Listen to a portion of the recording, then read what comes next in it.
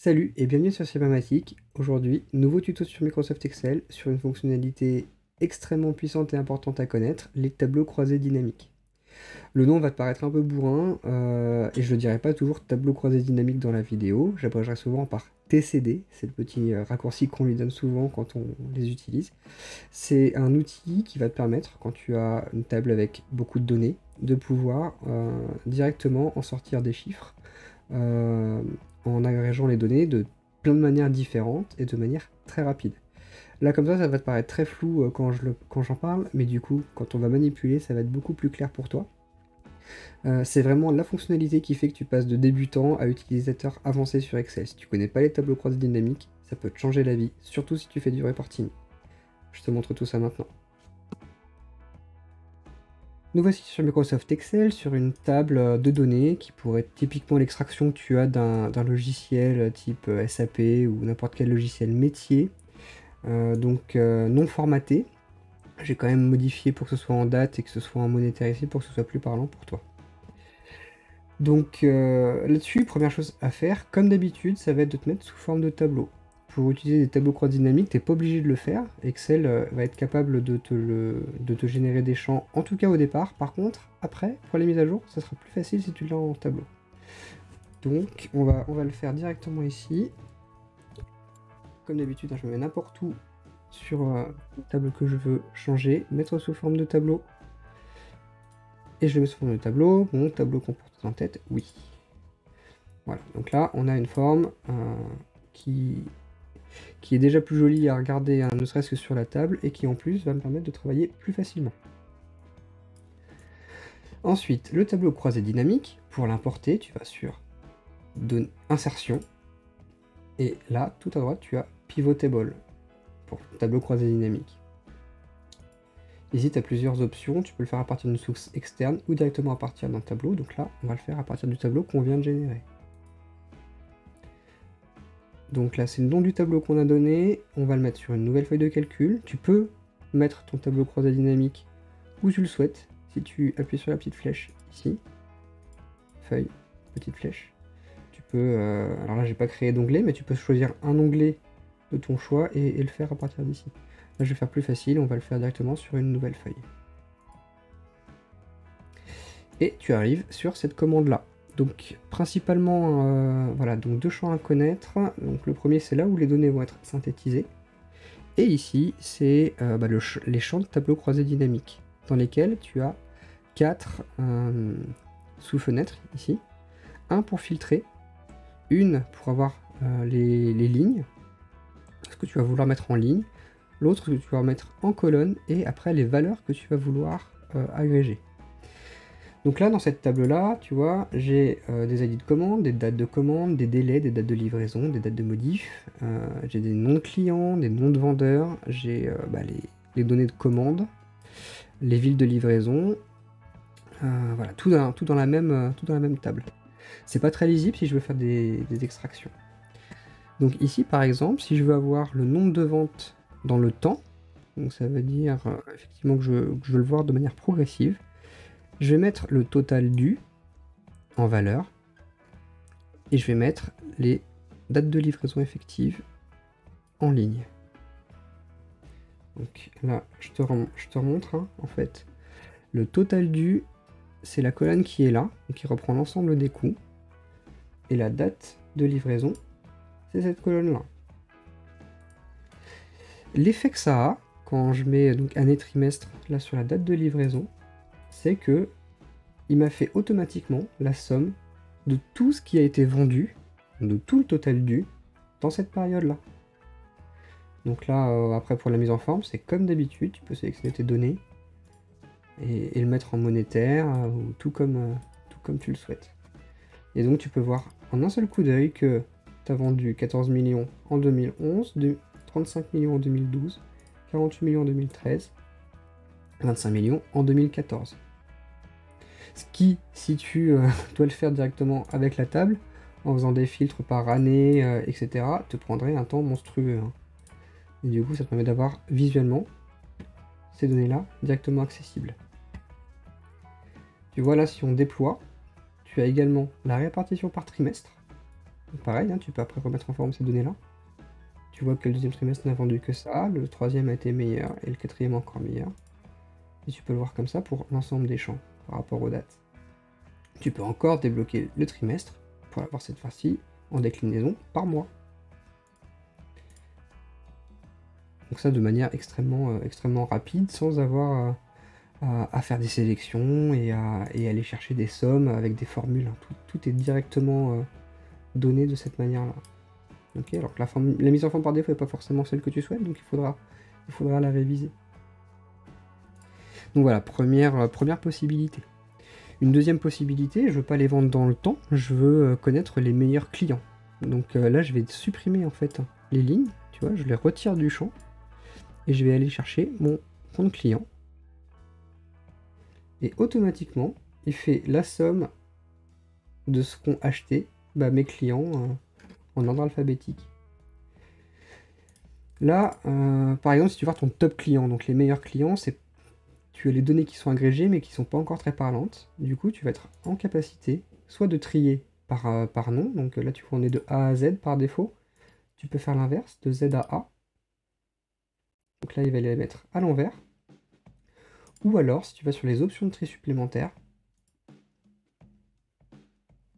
tu vas être en capacité de, tu vois, en ascendant ou descendant, et d'aller pas chercher le client, mais la somme du total dû. Et c'est là qu'on va voir que l'agrégation des données va permettre de faire un ranking de tes meilleurs clients.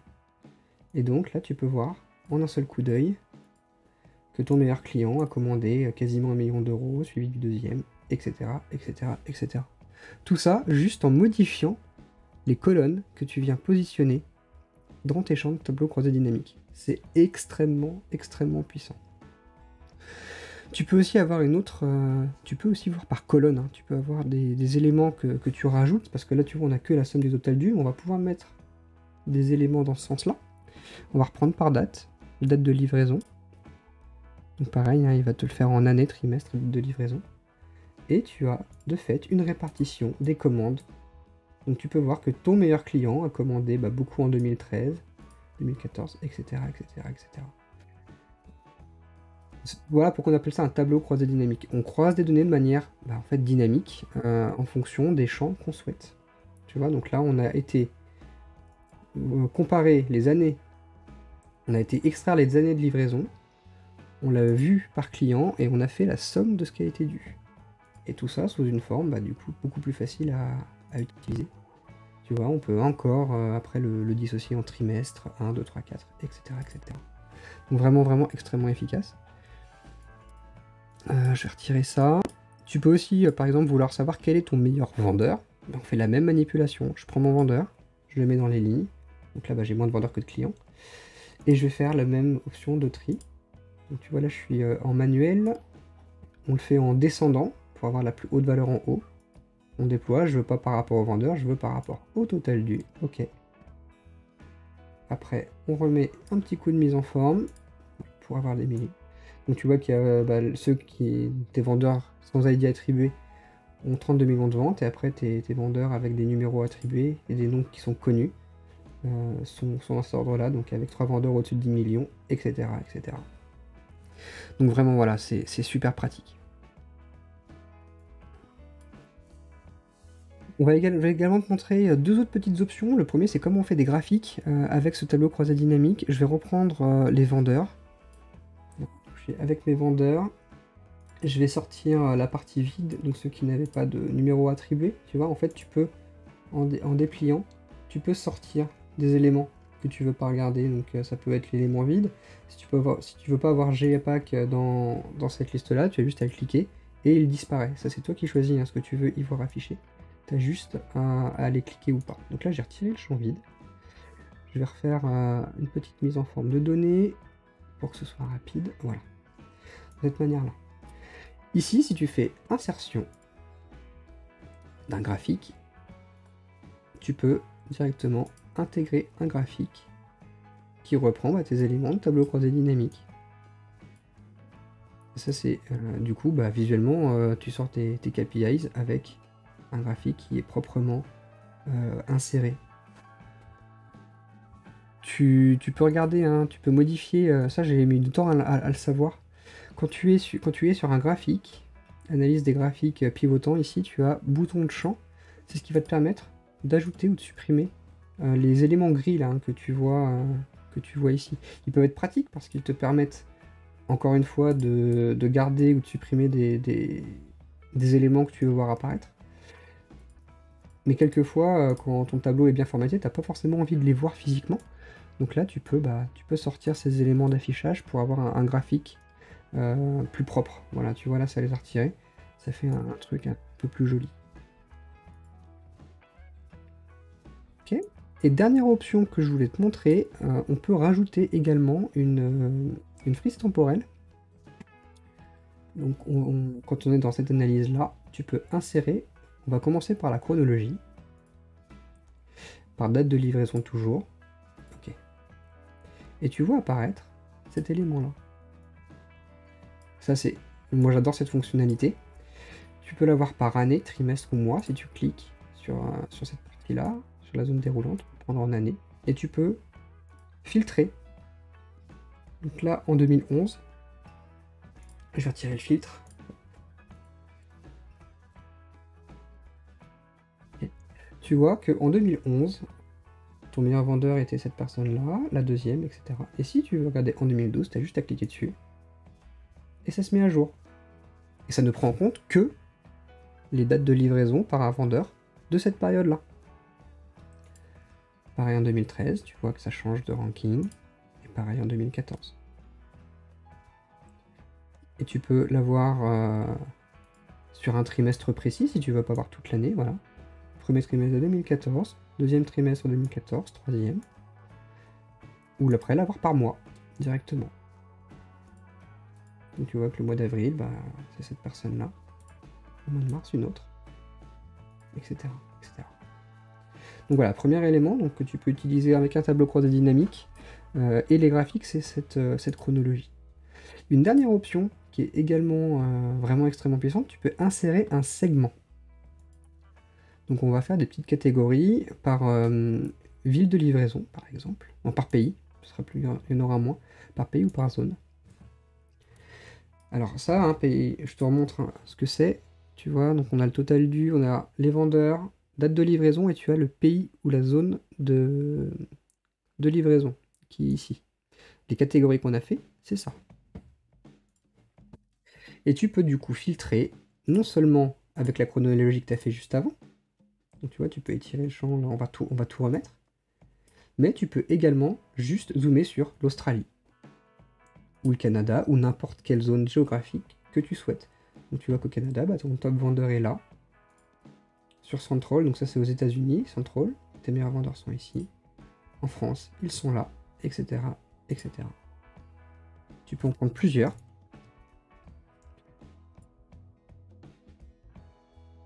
Observant ici la sélection et en rajouter.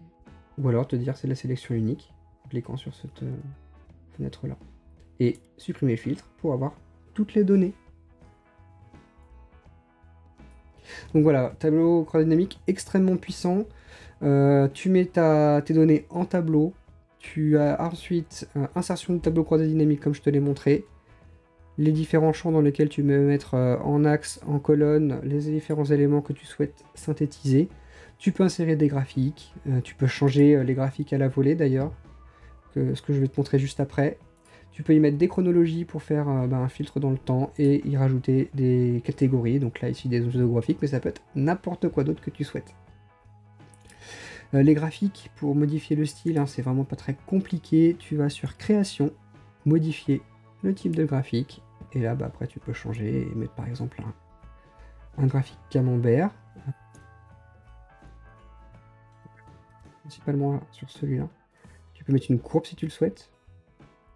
Des secteurs, on va mettre en secteur par exemple. Et là, tu l'as affiché. Et après, c'est comme d'habitude, si tu veux modifier le style, tu as juste à cliquer en haut dans cette barre de style. Et automatiquement, elle te fait des visuels assez sympas. Voilà, j'espère que je t'ai bien expliqué ce qu'était un tableau croisé dynamique. Une fois de plus, c'est ce qui te fait passer de Excel débutant à Excel intermédiaire si ce n'est utilisateur avancé. Donc si tu traites des données, que tu fais des KPIs, des reporting, Vraiment, il faut que tu t'habitues à utiliser cet outil. Il est vraiment extrêmement bien fait pour te sortir les données, donc abusant. Sur Power BI en plus, si tu veux switcher, la logique de Power BI est très proche de ce que je te montre sur Excel, même si l'interface est un peu différente. Donc ce que tu apprends sur Excel, ce sera vraiment pas perdu quand on ira sur d'autres logiciels. C'est tout pour aujourd'hui. Si tu souhaites me soutenir, c'est super important pour moi que tu t'abonnes à la chaîne. Donc vraiment abonne-toi, active ta petite cloche pour être le premier au courant quand les vidéos arrivent. Également, on est toujours Bref Creator, donc clique en haut de ton navigateur et soutiens-moi si tu le souhaites, ce qui m'aidera également pour développer cette chaîne. Je te dis à très bientôt, allez passe à l'action. Ciao.